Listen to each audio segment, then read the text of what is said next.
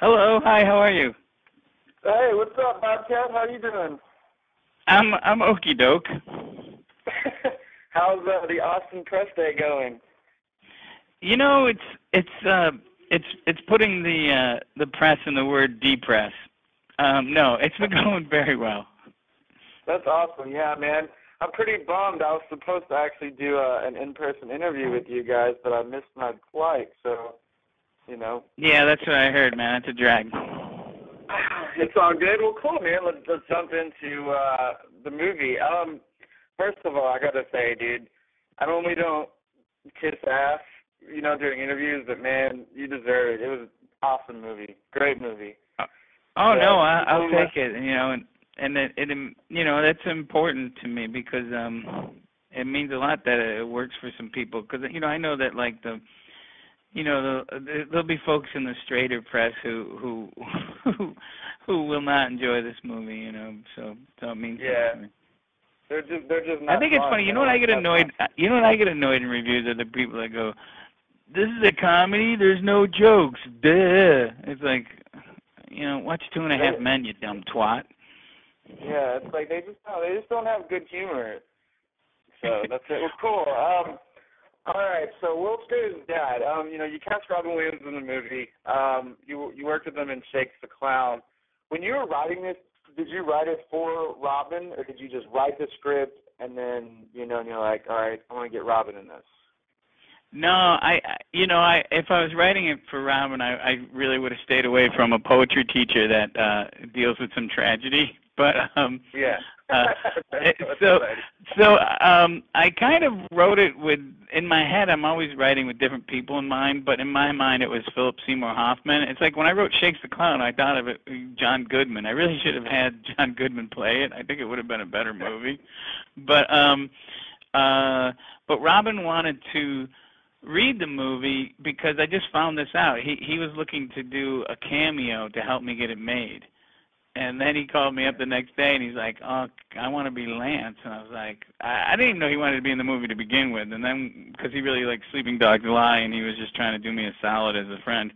And then when he wanted to do Lance, it really changed everything. For me, it meant I could shoot it on film, and we could have permits. Yeah. Because Sleeping Dogs Lie really was shot like in 2 weeks with a crew from Craigslist, and we had permits some days, but not every day.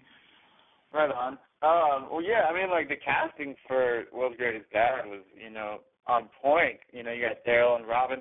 They have really great chemistry in the movie. Whenever when Daryl was reading for the part, did you have Robin reading with him? No. It's just that natural on screen.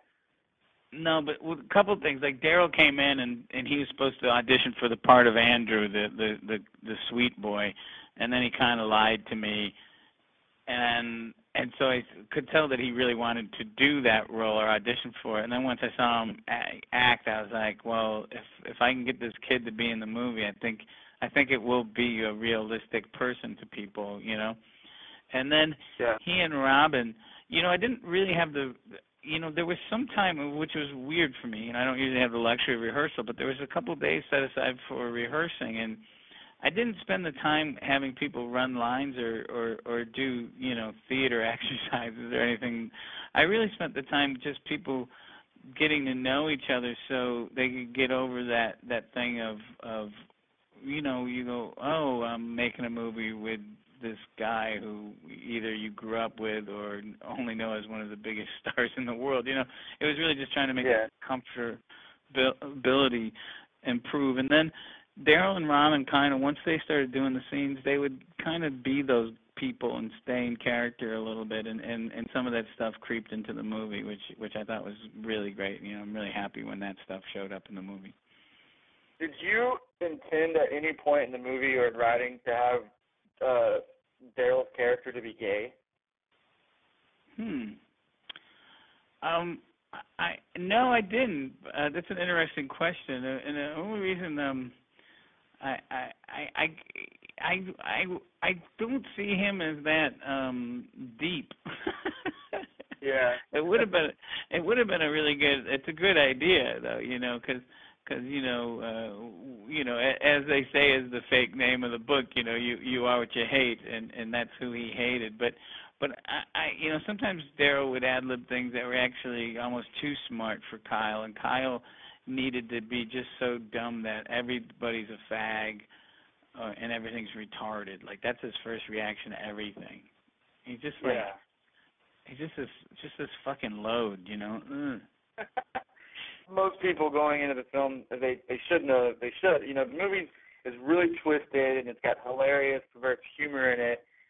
When people, cause you screened it a lot, what's the worst thing that someone said to you that was like completely offended? Oh, that they were offended by the movie? No. Has anybody came up to you that were offended and like said something just really just like, I fucking hated your movie and this is disgusting, anything like that? No, not to my face, but last night I had a screening with this old guy who waited to the end of he waited for the Q&A, then he gets up and he walks out the door during the Q&A, and he's mumbling, rah, rah, rah, and he's talking to people. I go, I'm sorry, sir, what do you say? He goes, I think your movie's a C-. And I go, why? And he goes, because of all the cursing. And I said, well, what if I took out the cursing? He goes, I'd give it a B. And I said, well, then I'm going to keep the fucking cursing in. I don't want your B. That's awesome.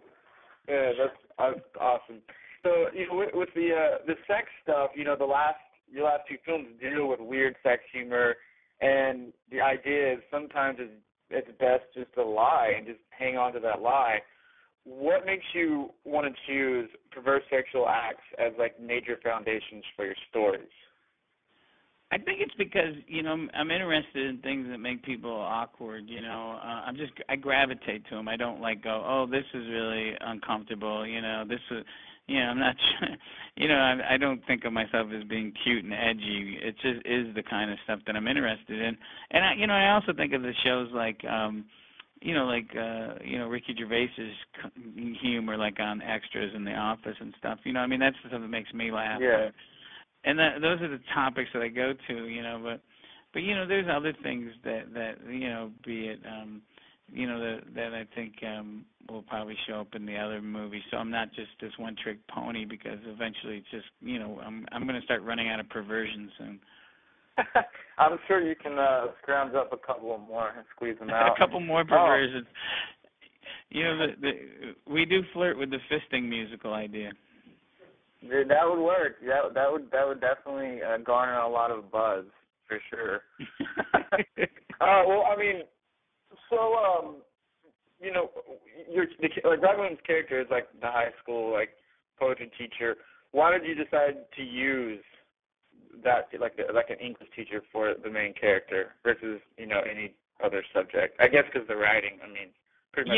Yeah, because Robin's character is a failed writer. But if you want to know the truth, it would have been kind of funny if he was a failed writer who was a gym teacher. That's a pretty funny idea, actually. But I wanted to, it really is if you think about it. But I that would have been even funnier if he was a failed writer as a gym teacher, and then the English teacher is the guy who's got all the heat in the school, and the thing he wants to do the most. That would have been pretty funny. But I'd already written it that way, and I guess it was because he was the teacher, and I also had written it with the idea I needed an environment where Robin and his son would have been hanging around in the same world, and that's the other reason why Robin's character is a teacher. Yeah, that makes sense. Okay, one thing I thought was brilliant was bringing in Bruce Hornsby. When I first saw it, I didn't know who he was, and I was like, that guy can't be a real composer. And then I looked it up, and of course he is. Was it, whenever you're telling him to be in the movie, where you're like, okay, so you're kind of telling him hey, we're kind of making fun of this a little bit, but just you can spirit and go with it. How did you have to explain that to him? Well, and this is an actual scoop, because I haven't said this before, but the way I did explain it to him was, I said, Daryl's character, Kyle, hates everything, and one of the key lines for me is when he says, I hate all music. And once I explained that to Bruce, he realized that whatever Kyle said wasn't really insulting to his character. Do you know what I mean? So Mhm. so when Kyle's saying I hate Bruce Hornsby, I hate that, he hates everything, and I did like the idea. I did need an artist that it was believable that Robin's character did listen to, that he was a fan of. So I was glad that Bruce had a sense of humor, but when I initially was thinking of this idea, I was also thinking of it would be really great to have somebody whose music kept coming up through the movie, because one of the movies I had in mind when I wrote this movie was Harold and Maude, and that has all that Cat Stevens music, and I kind of even think that's the kind of movie I'm thinking of in those terms when I'm making this, be it something like a movie like The Graduate or Midnight Cowboy or stuff like that. Yeah, absolutely. Okay, so you had a small little cameo in the film. Are you planning on going back to having bigger parts? No. Your films? No, I had written that role for Guillermo Rodriguez, the guy who is on the Jimmy Kimmel show, the security guard. Oh, yeah. Who really. So Guillermo's my friend, and I used to direct the show, and he really is the parking lot security, by the way, which would be really funny because when I was directing the show, I'd be like, Guillermo, I need you on camera. He's like, no, I got to be in the parking lot. I go, dude, you're on the show. I don't give a shit about the cars. So I wanted him to do it, and he couldn't get out of work that day, so it ended up being me because I held auditions in Seattle, and all the people would come in, and it was just bad times, people doing Cockney accents and stuff. Hello, Mr. Clayton. It's time to go to the show. And so I was, and I'm not even kidding, by the way. So I was like, all right, I'm going to do it. But I did go up when I walked through the door, and there's Rob, and he goes, you forgot your line, didn't you? And I go, yeah, I did. But I'm a director, bitch. I do what I want. That's funny. Yeah. No, I didn't forget it. I just thought my character of the limo driver would take a big, long pause at that point and look at the ground. Yeah, you just ruined the scene, Robin. Why do you break character all the time? Well, cool. Well, I guess my last, question is, what's next for you? I mean, you're not doing Police Academy 8, so... No. I'm finishing up a Spree Killer script right now. And then, cool. And then I spoke with, there's a Kinks musical that I want to try to make from an album called Schoolboys in Disgrace, and I spoke with Ray, and, we didn't make any deals. He just gave me my blessing to go out and develop a screenplay, and it went really well. It was really, I was very nervous, definitely one of my heroes, and I was just sweating at the whole meeting, and he says to me, he goes, well, who would go see this movie? And I was like, because it's a musical in a high school. I go, well, all the kids that fucking hate High School Musical. And then and that's a lot of people. Yeah. Or, and I hope that there would be kids, you know what I mean? It's I don't know. I don't know with these kids today with their Mormon vampires and their I don't either, man. We need Bobcat to change the way American kids see cinema. So, well, I mean, maybe it'd be nice for me to make one where I'm not so hostile towards them. That's true. Well, cool. Okay, man. speaking of me being hostile towards Americans' youth, did you want to speak with Daryl? Yes, I do. I know it's weird that a 47-year-old dude's got a 17-year-old kid in his room, but it's all kosher. It's all good. It's all supervised. We have a chaperone. All right, Well, thank you very much. Stays an awesome. Hey, thank you too, man. Thanks so much. Okay, here's Daryl. Cool. Hello? Hey, what's up, Daryl? Hey, how are you? How's it going? Pretty good, man. How you doing? I'm good. How are you liking doing all this press stuff for Wilker's dad? I bet you're great. getting a lot of no, it's weird. I'm in Austin filming, and I missed the LA premiere and all the other press stuff. So, because I'm filming, so it's cool that the film came to Austin and I got to do some press. I'm excited. Yeah. Have you gotten any weird questions yet? Not that I can think of off the top of my head. Do you have weird questions? Was that like a setup for a weird question? No, I mean, I think my questions, I mean, they may or may not be strange, but I was going to ask, like, what's it like going from, doing Spy Kids, in a teen, like a kid movie, to like being in a movie where you die of, autoerotic asphyxiation? Autoerotic asphyxiation. Well, I mean, that was one of the things that drew me to it. That drew me to this film was, because after Spy Kids, I didn't really have the Dakota Fanning career of film after film with really awesome people. And I really got a chance to step back and really figure out that this is what I want to do, and what I want to do, and the types of acting and character work and stuff. So I've just been doing that for the past couple of years, and this came along, and it was really an awesome opportunity. Have you watched this with your parents yet? Yeah, I've seen this with my mom, and yeah. It's, what was that my like? brother too. I have a twin brother, and it was wow. well. I mean, it was really cool. I mean, my mom was up in Seattle with me, and she's great. I have the best mom, and she's supportive, and she knows it's for my career and things like that, and she loves she loved the script and everything. She just handed the script back to me and was smiling and said, "I'm not going to be on the set for this one." But yeah, so it was good. What was it like working with Robin? Was it intimidating? Well, I mean, yeah, it was, the first day, the thing that Bobcat did, though, that was really great was he gave us all a chance to sort of, get comfortable with each other. Yeah.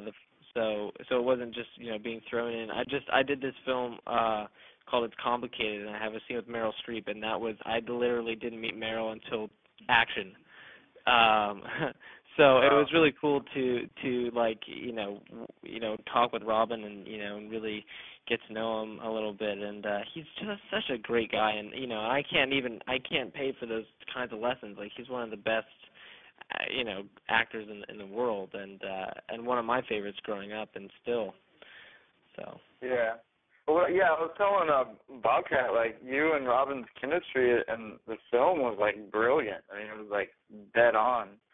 So. Thanks. Well, yeah, Robin and I had a really good time because, like, we would, we talked about it a lot, and we'd always just sort of, once we got on set, we'd always sort of just be in character. And so we just talk and stuff in the makeup room and be in character, and so that it was really fun to just, I mean, and for me it was cool to just be a dick all day and and get away with it. Yeah. So yeah. that was cool.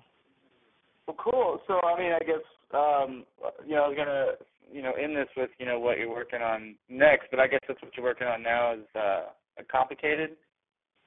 Well, no, I finished It's Complicated. That'll be out at Christmas time. Right now, I'm actually in Austin filming Machete. So I'm teaming back up with Robert and getting to do that, which is really fun. That's awesome. I had no idea you were in that yet, because there's all these surprise characters popping up online. Wow, that's pretty cool. Yeah, I know. Machete has some weird people. Well, I just found out last week too. So and now I'm here in Austin. So he's doing this movie really, in 5 weeks. So I mean, and I was really surprised when I got to the set the first day, the other day, and I was like, holy shit, we're on location. Like, this is weird. We're not behind a green screen. This is weird. And we're acting with real people. This is really fucking weird. Yeah. But it's cool, man. I'm having a blast, and yeah, it's gonna be fun. Cool, man. Well, good luck with all that, and dude, you've got a really gnarly career going for you. So keep it up, Thank dude. you. We're all looking forward to seeing I hope I keep working and get to do more cool characters. You will. Well, cool, man. Awesome. Well, thanks for your time, man, and y'all enjoy the rest of y'all's best day. Awesome. Thanks for talking. Bye. All right. Talk to you later.